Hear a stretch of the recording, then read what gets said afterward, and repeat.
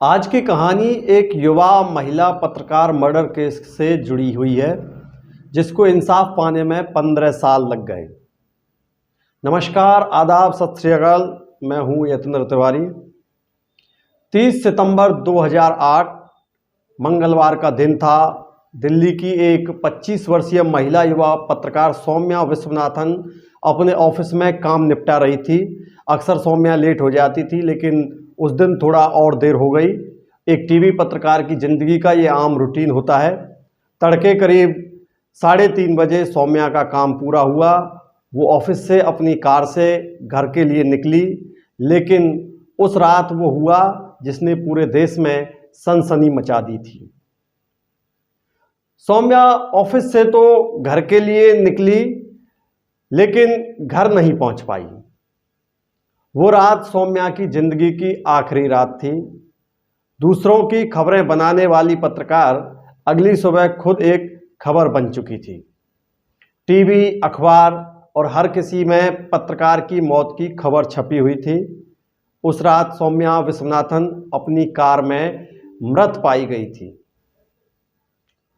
शुरू में माना गया कि कार दुर्घटना में उनकी मौत हुई, लेकिन फॉरेंसिक रिपोर्ट में पता चला कि उसके सिर में गोली मारी गई थी। पुलिस जांच में पता चला कि सौम्या विश्वनाथन देर रात घर लौट रही थी। आरोपी उसका पीछा कर रहे थे और चलती कार में सौम्या को गोली मार दी गई थी। वो अपने ऑफिस से घर के लिए निकली थी, लेकिन दक्षिणी दिल्ली के नेल्सन मंडेला मार्ग पर सौम्या को गोली मार दी गई। वो खून से लथपथ अपनी कार में थी। माता पिता घर में बेटी का इंतजार कर रहे थे, लेकिन वो इंतजार ऐसा था जो कभी खत्म होने वाला नहीं था। उसकी हत्या कर दी गई थी। पुलिस शुरुआती दौर में उसको एक्सीडेंट मान रही थी, लेकिन उसको वास्तव में गोली मारी गई थी, ऐसा फॉरेंसिक रिपोर्ट में आया था। सौम्या मर्डर केस ने तहलका मचा दिया था। पुलिस कातिल की जांच में जुट गई, लेकिन काफ़ी समय तक पुलिस के हाथ कोई सुराग नहीं लगा। ये समझ नहीं आ रहा था कि इस युवा पत्रकार का दुश्मन कौन हो सकता है।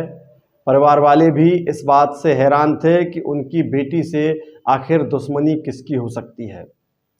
जांच चलती रही, फाइल मोटी होती रही, लेकिन कातिल तक पहुंचना आसान नहीं लग रहा था। तभी साल 2009 में दिल्ली में ही एक और लड़की की हत्या हो जाती है। ये हत्या थी बीपीओ में काम करने वाली जिग्शा घोष की। जिग्शा की हत्या 18 मार्च 2009 में हुई थी। सुबह करीब 4 बजे जिग्शा की ऑफिस की कैब ने जिग्शा को उसके घर के पास उतारा। वो अपने घर जा रही थी, लेकिन कुछ लोगों ने उसका अपहरण कर लिया और 3 दिन बाद 21 मार्च को सूरजकुंड में जिग्शा की लाश मिली थी।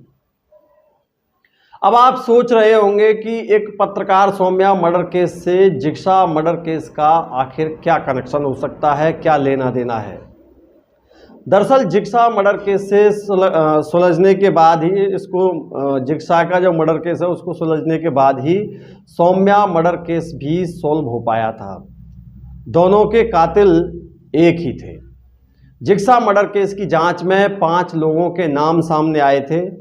ये नाम थे रवि कपूर, अमित शुक्ला, बलजीत मलिक, अजय कुमार और अजय सेठी। इन्होंने जिग्शा का अपहरण करके उसका कत्ल कर दिया था।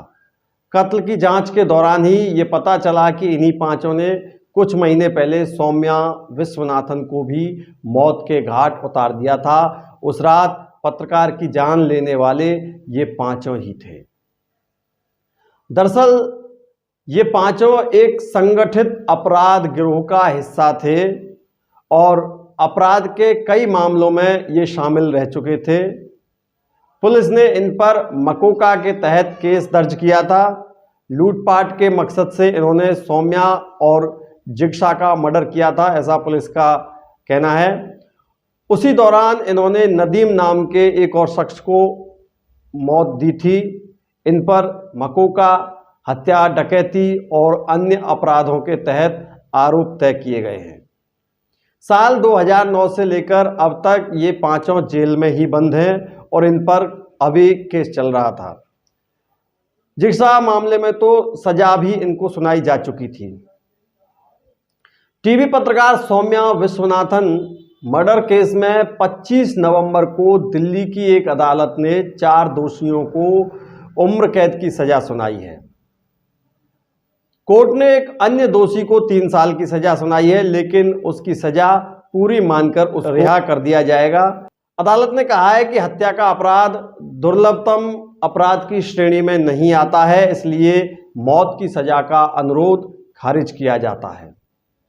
ये अदालत का ये कहना है कि ये रेयरेस्ट केस नहीं है, इसलिए मौत की सजा इनको नहीं दी जा सकती है।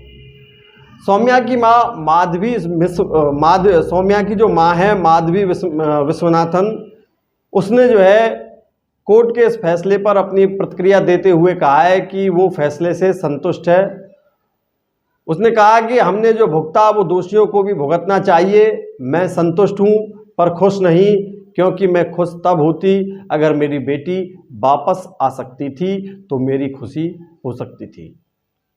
इससे पहले अदालत ने 18 अक्टूबर को रवि कपूर, अमित शुक्ला, बलजीत मलिक और अजय कुमार को भारतीय दंड संहिता यानी आईपीसी की धारा 302 जो हत्या की धारा होती है और महाराष्ट्र संगठित अपराध नियंत्रण अधिनियम जो मकोका होता है उनके प्रावधानों के तहत इनको दोषी करार दिया था। मामले में 5वें आरोपी अजय सेठी को आईपीसी की धारा 411 जो कि बेईमानी से संपत्ति प्राप्त करना होता है और मकोका प्रावधानों के तहत संगठित अपराध को बढ़ावा देने, जानबूझकर मदद करने और संगठित अपराध की आय प्राप्त करने की साजिश रचने के लिए इनको दोषी ठहराया गया था। अभियोजन पक्ष के अनुसार कपूर ने 30 सितंबर 2008 को दक्षिणी दिल्ली के नेल्सन मंडेला मार्ग पर पीड़ित की कार को लूटने के लिए उसका पीछा करते हुए विश्वनाथन को गोली मार दी थी। कपूर के साथ कुमार और मलिक भी थे। अभियोजन पक्ष ने कहा कि पुलिस ने सेठी उर्फ चाचा से हत्या में प्रयुक्त जो कार थी वो भी बरामद कर ली थी। दोषी अमित शुक्ला और बलजीत मलिक के जो एडवोकेट हैं अमित कुमार, उन्होंने फैसले को हाई कोर्ट में चुनौती देने की बात कही है। उन्होंने कहा कि हम फैसले को हाई कोर्ट में चुनौती देंगे। इस पूरे मामले में रवि कपूर के जो इकबालिया बयान के अलावा कोई सबूत हमारे खिलाफ नहीं है। ऐसे में हमें हत्या का दोषी और इस अपराध के लिए उम्र कैद की सजा कैसे सुनाई जा सकती है, जबकि आपराधिक साजिश का आरोप नहीं है। दोस्तों, इंसाफ पाने में आपको देरी जरूर हो सकती है, लेकिन अपने कोर्ट पर, अपने संविधान पर आप भरोसा रखिए। एक ना एक दिन आपको इंसाफ जरूर मिलेगा। जय हिंद।